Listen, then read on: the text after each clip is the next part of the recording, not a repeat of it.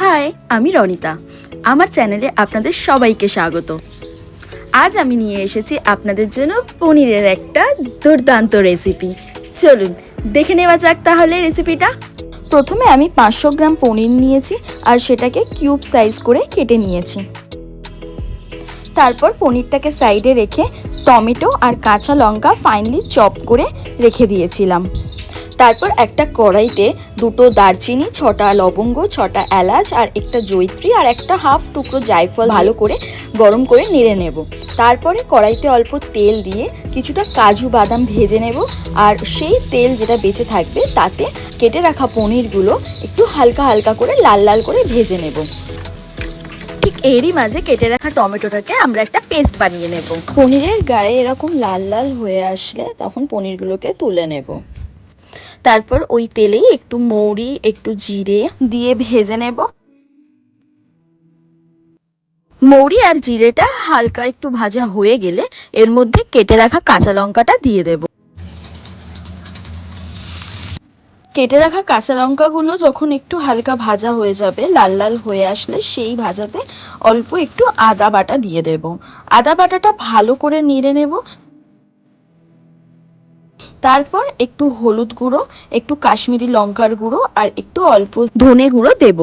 মশলা যখনই গুঁড়ো মশলা আমরা দিই একটু হালকা জল দিই যাতে মশলাটা পুড়ে না যায়, দিয়ে ভালো করে মশলাটাকে কষিয়ে নেব। মশলাটা ভাজা হয়ে গেলে তারপর এর মধ্যে টমেটোর বেটে রাখাটা দিয়ে দেব। টমেটোর কাঁচা গন্ধটা চলে গেলে তার মধ্যে অল্প একটু গোলমরিচ আর স্বাদ মতো নুন আর স্বাদ মতো চিনি দিয়ে মশলাটাকে ভালো করে কষিয়ে নেব আমরা।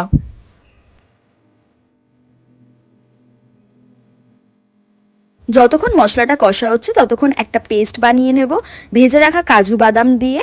তার সাথে 1 চামচ চালমগজ, 1 চামচ পোস্ত দিয়ে একটা পেস্ট বানিয়ে নেব আর সেই পেস্টটা দিয়ে দেব মশলাটা আমার এখানে কষা হয়ে গেলে।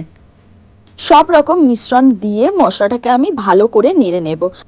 মশলাটা ভালো করে কষতে কষতে যদি আপনাদের একটু জলের প্রয়োজন হয় অল্প জল দিতে পারেন, প্রয়োজন না হলে দেবেন না।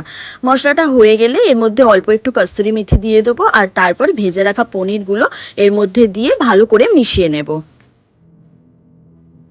পনিরটা দিয়ে বেশিক্ষণ নাড়তে হবে না, অল্প একটুখানি নেড়ে নিয়ে তার মধ্যে জল দিয়ে দিন অল্প, যতটা আপনারা গ্রেভি চান সেই হিসাব মতো।